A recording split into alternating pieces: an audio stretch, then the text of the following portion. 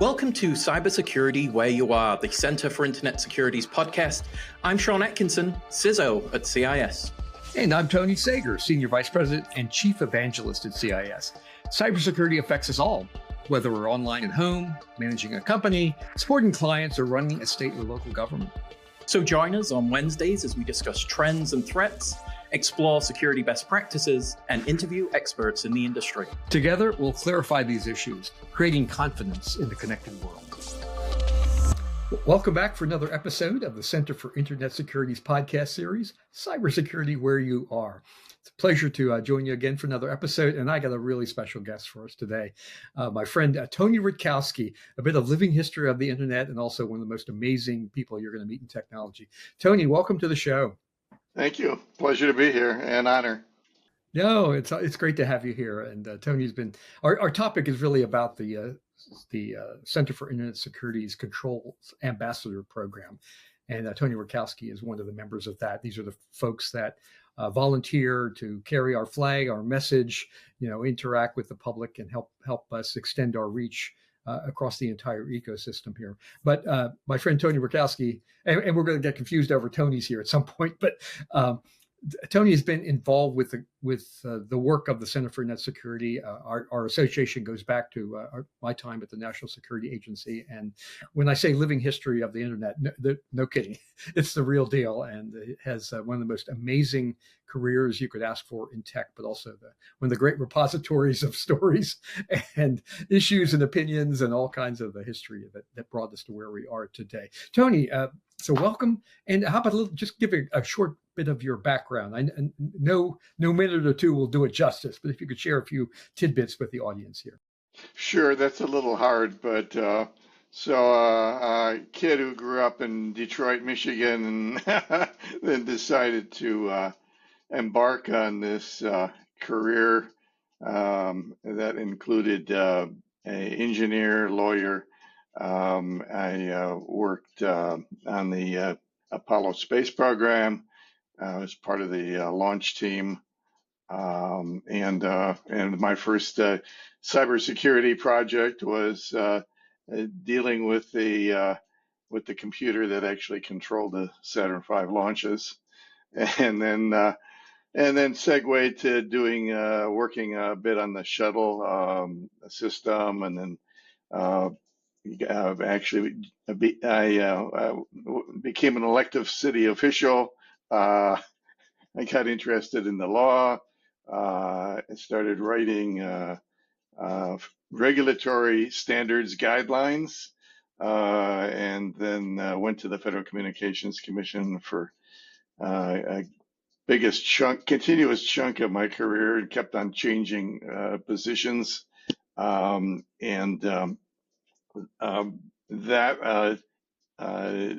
basically got me engaged with a whole array of telecommunications, digital network developments, for which I was responsible, and then left there, became editor-in-chief of Telecommunications Magazine up in Boston, taught part-time at MIT. I had been teaching part-time at New York Law School because I had added a law degree to my BSCE, and then decided to. I got an offer I couldn't refuse to move to Geneva and become the Secretary General's counselor at the ITU in Geneva. And that got me involved in some more internet developments, digital television developments, a whole array of developments, including writing a cybersecurity treaty in 1988 that basically didn't go anywhere, that if it had, would actually have blessed the NSA's SDNS program. So there's a whole bunch of things that sort of didn't happen. Then I jumped ship again, came back, and went to work for Sprint International to start up a whole bunch of domestic internet stuff. Started up the Internet Society, started up the Agent Society, started up the Internet Law and Policy Forum. I spent a lot of my time basically kind of spanning venues as well as blending technology and law and regulations. Then went to took over the Internet Society for 2 years, then went to work for General Magic for several years, then went to work for SAIC and VeriSign, and then finally decided to basically consult for myself for in the space, essentially evangelizing the controls, which is what I've been doing for the most part of the last 10 years. Yeah. So yeah, the audience might conclude that hey, this guy can't hold a job, but actually, but actually, that's an extraordinary run, and we could do a year's worth of episodes just on your involvement in, no joke, the history of technology and the internet. So we'll save that for another day. Sure. But this it's always been fascinating because you've operated, in and out in this complex ecosystem, right? Technology, public policy, international relations, standards. It's one big spectrum of activity that's amazing. And it's been a great partner for us and an asset helping us think through some of these things. There's a tendency to think of cybersecurity as primarily a technology issue, and that there's certainly technology at the core of it, right? But good technology that isn't reinforced with public policy, is not embedded in the expectations of how things get built through standards, or sort of embedded in the sort of social fabric, is just technology.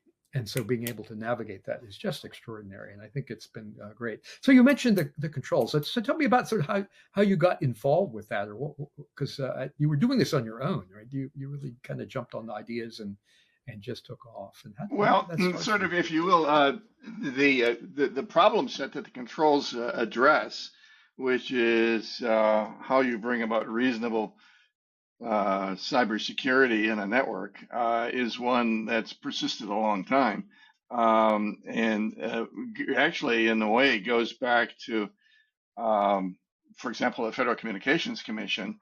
This was one of their roles as to how you do that in public networks. And I for a while, was responsible for the technology policy. So, if you will, we embedded very judiciously what were controls for telecommunications networks or early digital networks in the regulations. And that necessitated basically trying to discover who's doing what everywhere in all these different venues, domestically and internationally.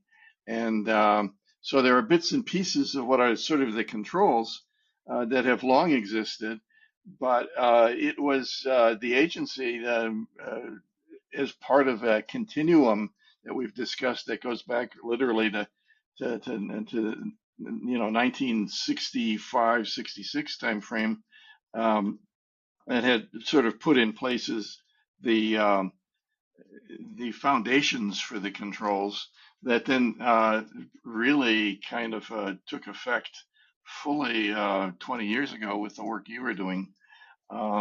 So I happened into that arena probably.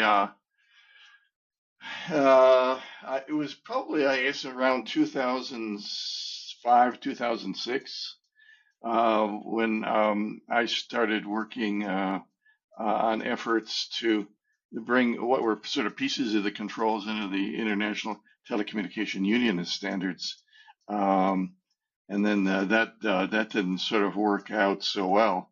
It's one of the multiple venues who sort of did bits and pieces of the controls, but there's what you did, in terms of IAD, putting them all together, and then subsequently bringing them to the world through CIS is what's really important. And so now that I'm in my 80s.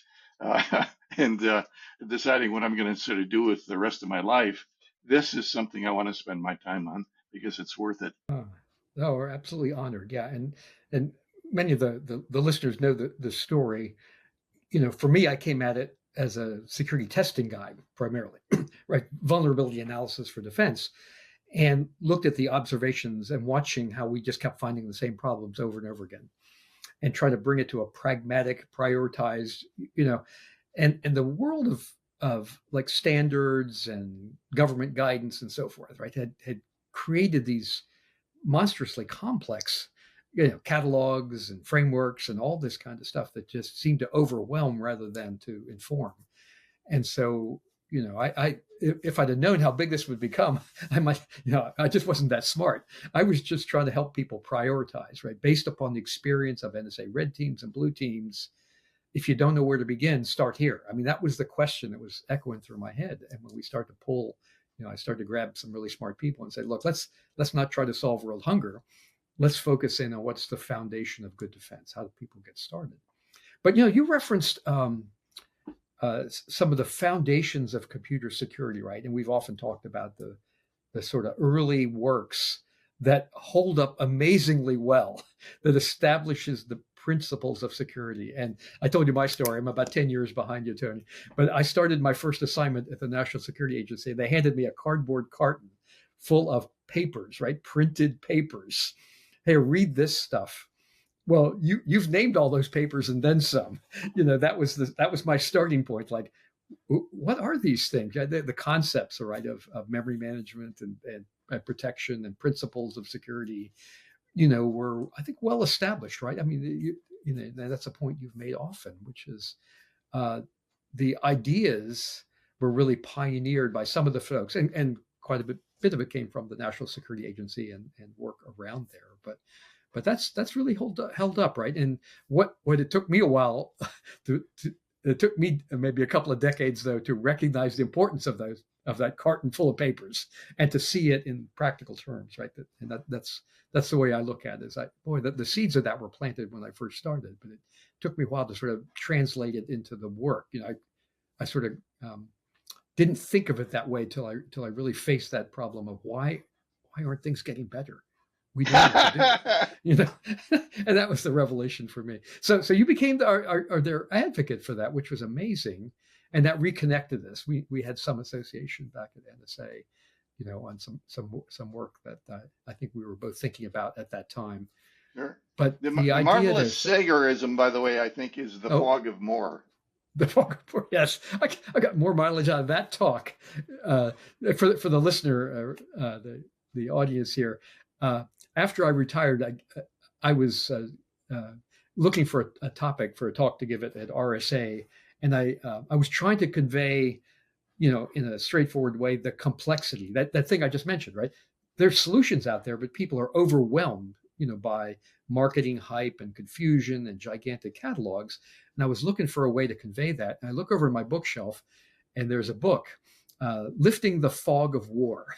And the fog of war term goes back to Clausewitz and, military strategy and theory and so forth. But there was a book, and I forget, it was I believe, Navy admiral that wrote it, but it was talking about the high-risk decision-making, i.e. war fighting in the emerging information age, was the way we talked about it back then.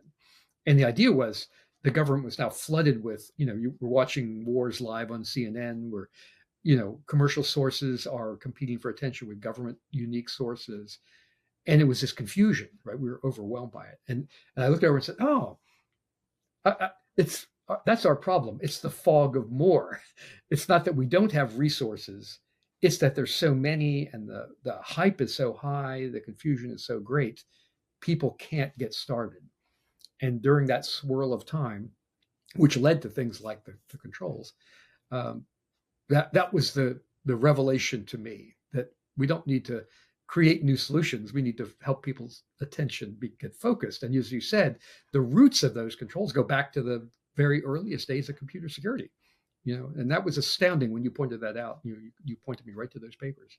Although arguably even so, when I worked in Geneva, I would go down into the basement where the archives were and read the documents of the meetings of these. They were dealing with the electrical internet, as it was told, and they had essentially some of the same problem sets with a very simple network, very simple services.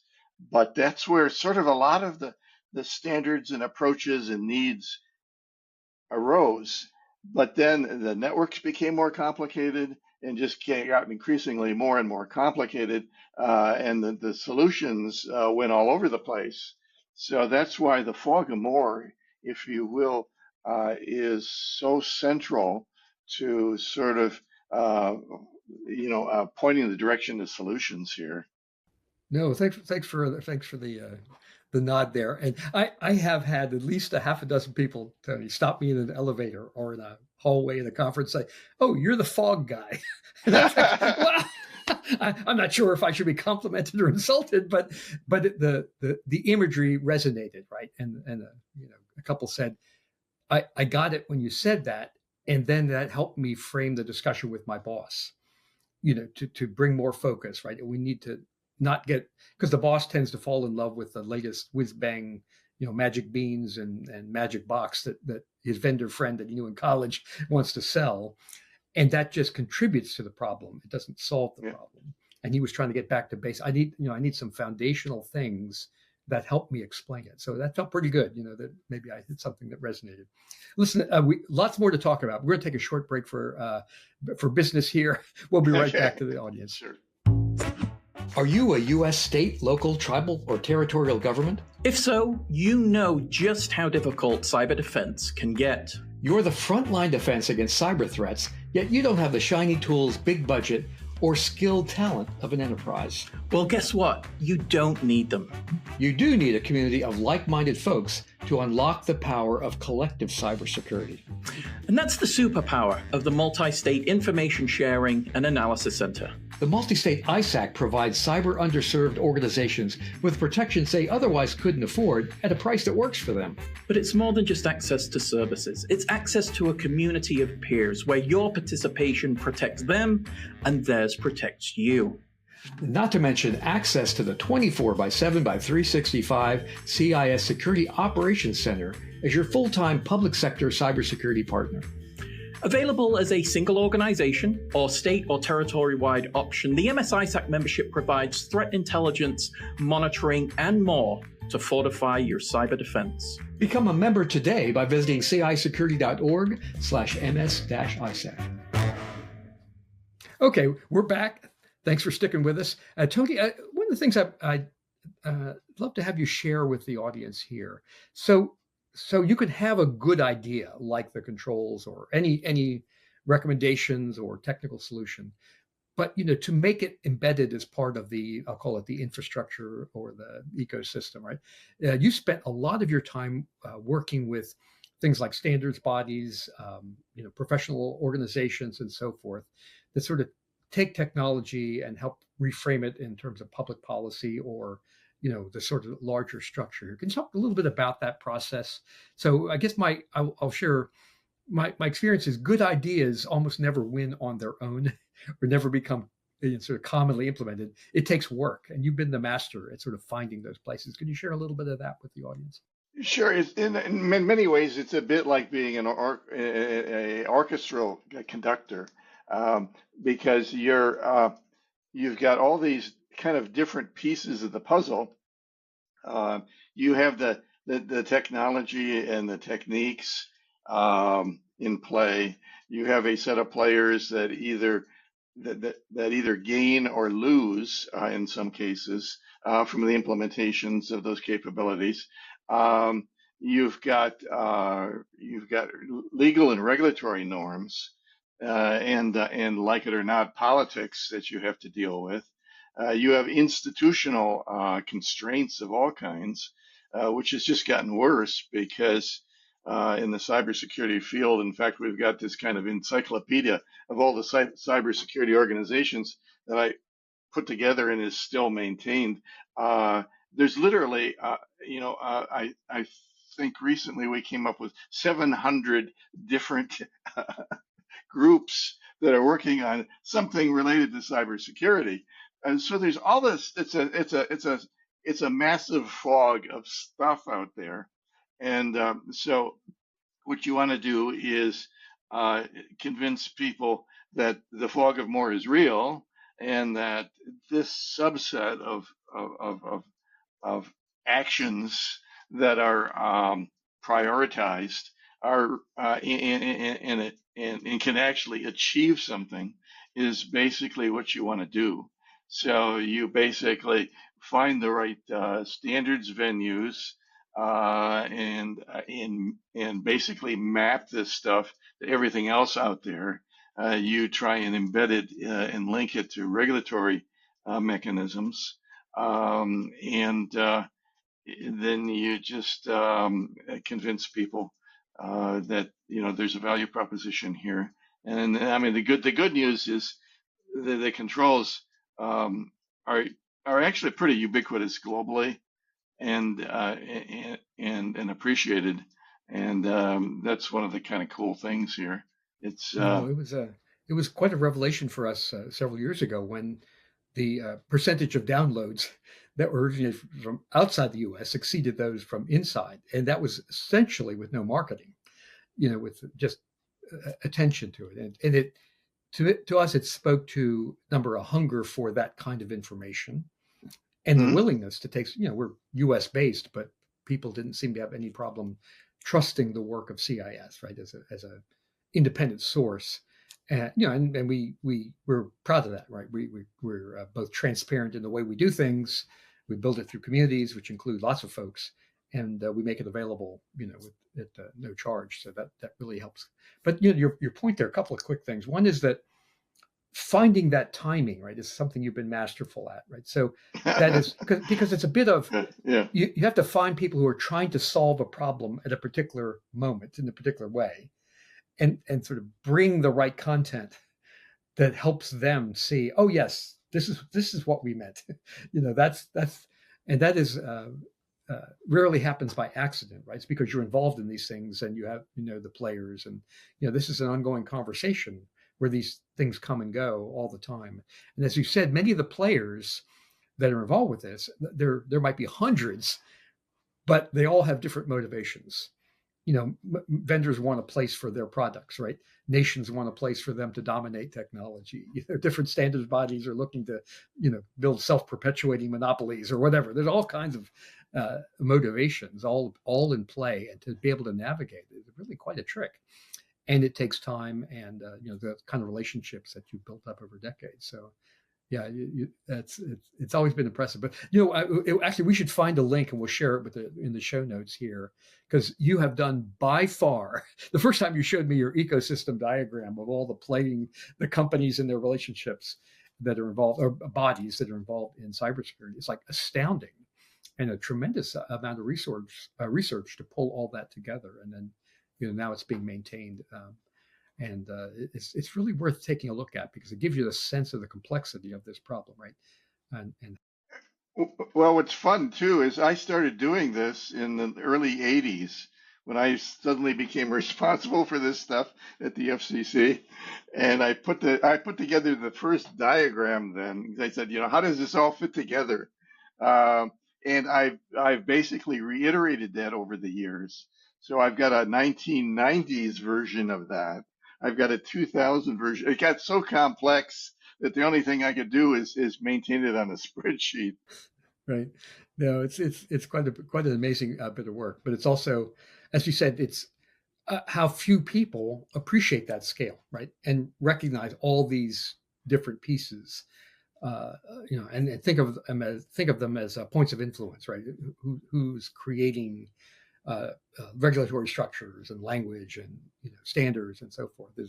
And for us, it's a small nonprofit. We have to kind of pick our battles, right? Pick the places where it makes sense. And again, you've been such a great advocate for us, helping us. Well, and to give you and the CIS credit too. I mean, like Thomas Sager, who maintains the mapping of the controls to all these other frameworks, basically says two things: that we sort of understand that there's this huge ecosystem that we're a part of, and we're not the only ones. There are all these others that have the same interest and need and slight variances, but we're sort of recognizing what they're doing and mapping what we're doing to them. And and CIS is the only one that does that. No, thank you for pointing that, because that is something we're really proud of. We recognize that that is a problem, right? All this complexity, and we're willing to invest our resources to do something about it, to create authoritative maps from what we do. We recognize, because I remember we did a survey with one of our vendor friends quite a few years ago, asking people like, how many security frameworks do you have to deal with? Guess what? The answer is almost never 0 or 1. It's always multiples. And so how do you deal with that? How can you afford to do all these things in parallel? But if you actually, and we study this, in terms of the technical things that you need to do, there's a core of things that cut across essentially all of those. And so you don't want to do that same work multiple times. You want to do the work in a particular, the right security improvement work, but be able to map it or represent it in the NIST CSF, right? In European standards, in PCI, ISO 27001. And so our willingness to both recognize and invest resources to simplify that problem. I mean, that is, I think it's one of the most important things we do. So I'll pass your kudos on to whoever that young fella is that takes care of all the mappings for CIS. I don't know if when we first brought him on, I said, you are now the chief cartographer of CIS. It's not official, but you're the map maker, And we gave a talk, Here Be Dragons, the navigating an ocean of security frameworks. It was the first father-son technical talk we ever gave. So thanks for putting it out. Oh, so let me take you on a sort of where we are today. So for the audience, Tony has spent a lot of time with our team over the last several months. We've been and have just released a paper, Secure by Design. And it's a bit of a nod to some of the work of the prior administration of CISA and folks like Bob Lord in their Secure by Design campaign. And the notion is, right, push security, a significant part of security improvement earlier in the life cycle, design security in, and so forth. And this has been a theme for the entire history of computer security, but they really brought a fresh emphasis to it and so forth. But it was really kind of at the campaign level. This is important, we need to do it. They established some principles for it. What we did was take the idea and kind of make it the CIS style, which is bring it down a notch in terms of implementation, measurement, and so forth. And Tony was an essential part of the team that's put that together. So, Tony, if you could share a little bit about that work, but most specifically, how you've taken that work now and carried it and made it sort of institutionalize it, particularly in European thinking and frameworks. Sure. Actually, it's sort of really gone global, and that was underscored by 2 weeks ago. We went to a global annual security conference and basically sort of introduced it to the world, what we were going to be doing, which basically marries the critical security controls, which is something that users typically need to implement, to the safe code controls for basically how you do safe coding, how you bring about better code, and so marrying those together is something that is just critically important going forward and quite complex. And so having Steve Lipner, who's sort of the Yoda of safe coding, with Tony Sager and Phyllis and the other in the CIS team, who are kind of the collective Yodas of the CIS controls, and making that a reality is just, I think it's a tectonic change in the field of cybersecurity. I think it'll be viewed as a historical moment. So what I did is I took the guide that was rolled out that describes basically how to do this in kind of colloquial terms, and along with a complex spreadsheet, and morphed that into a formal global technical standard in the European Telecommunications Standards Institute, which despite its name actually is primarily a global standards body. It makes, amongst other things, all the standards for the global mobile networks. Um, and that was rolled out.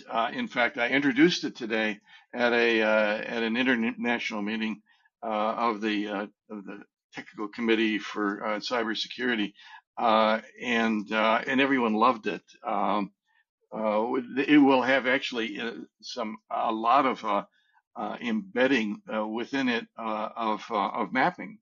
The value proposition here is it uses the same mechanism that the CIS used for implementation groups, only for development groups. So it says if you only have this amount of resources, your SMA, you do these sorts of things. If you have more, group 2, you do this. If you're 3 and you got lots of resources, you do this.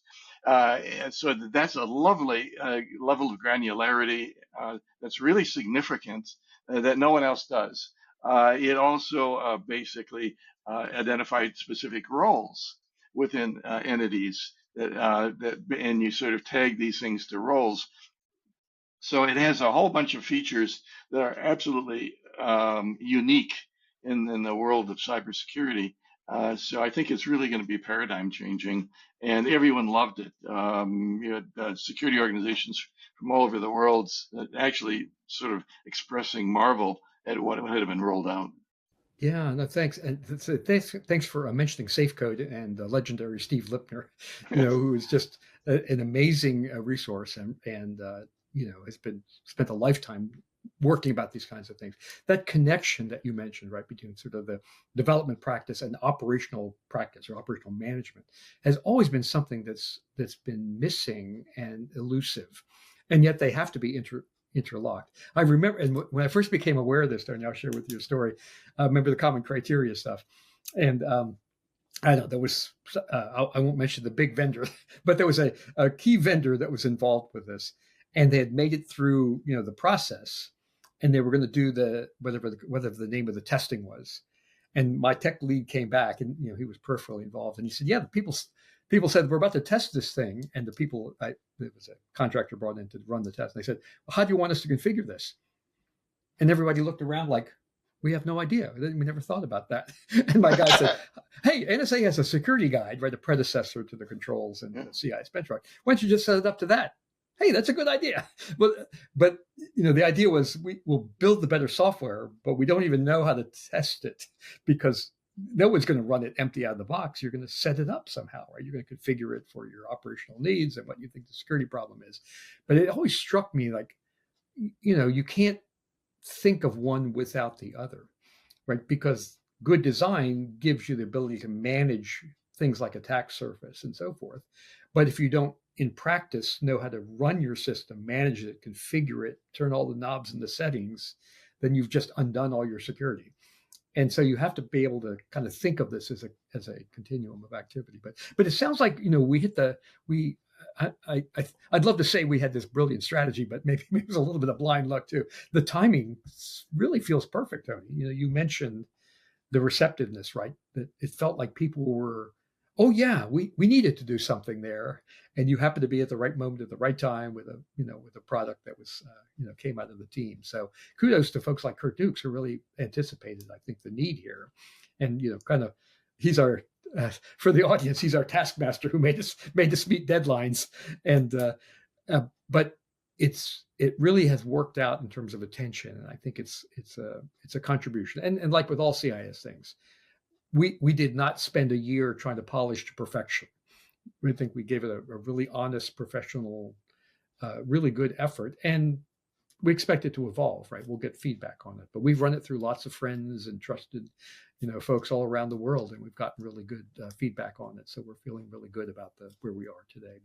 But again, it's your efforts to take it, kind of the good idea, and then institutionalize it. Right, find folks who see that as a problem we're solving, and this content as something worth building that approach around. So it's been a wonderful experience, and thank you for the work that you've done with us to turn ideas into something specific. Well, I'm just the orchestrator. I get, one of the fun parts of my job is I get to work with the people who are who are real genius. So no, too modest, my friend. Yeah. So Tony, let's see. Which career are you on? You're in double digits, as near as I can tell, something like that. Oh, yes. Well, funny you should say changing careers. My mother always accused me of not being able to hold a job. In fact, I actually started out, they wanted me to be a physician. So I believe it or not, I went through 4 years of pre-med. Oh, you did? I didn't realize that. Okay. Well, this cyber health, and I think maybe you wound up in the business, not in the way that was intended, but we appreciate the contributions you've made to our industry and to CIS. Again, Tony, and we've acknowledged you as one of our CIS Controls ambassadors, and it's wonderful. But it's a pretty humble designation relative to all the great work that you've done in this industry. So it's I know I can say on behalf of the CIS team what an honor it is to work with you, and a pleasure. We just have the best time swapping ideas, and we have been on parallel paths, have lots of stories that intersect in fun and interesting ways.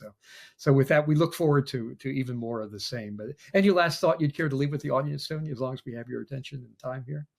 Only that this is an arena in which I think we're, particularly now with some of this with the new platform, is really exciting. And if you want to do something that will continue to be exciting as a career over a long period of time, this is something to basically to become familiar with and to make happen. Okay. Nope. I think there's great work ahead, and we both, I think, we have our moments, but we're both from that eternal optimist. We can do this school of thinking, and so that's why we've dedicated so much of our lives to trying to make the world a safer, a more secure place. So thank you again, Tony. And for our audience, thank you for your time and attention. As always, we don't take it for granted. We're always looking for your feedback, looking for topics of interest to you, and really appreciate that you follow our conversations here. If you don't, please subscribe to us in all the usual ways, and we look forward to bringing some of these topics to light again in our next episode. So thank you again. Thank you for listening to the podcast today. The thoughts and opinions expressed by our podcast guests are solely theirs and do not necessarily reflect those of CIS. Tune in on Wednesdays for a new episode. And in the meantime, visit our website at cisecurity.org. Together, we'll continue our efforts of creating confidence in the connected world.